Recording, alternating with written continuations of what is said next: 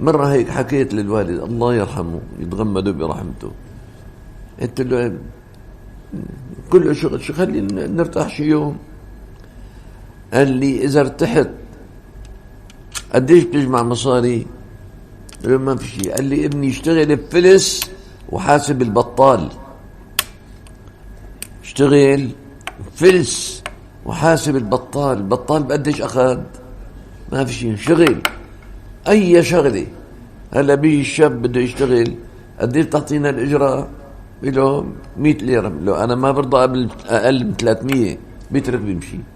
بده 300 كل يوم، 300 ليرة كل يوم. شو رح تشتغل يا أخي منين لحتى أعطيك 300؟ 150 ما بيقبل، 200 ما بيقبل، بيقعد بطال ولا بياخذ 200.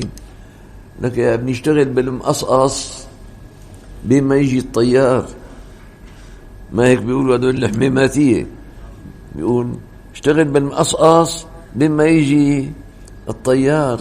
إذا كان قاعد كسول قسوة للقلب، حب الطعام وحب النوم وحب الراحة.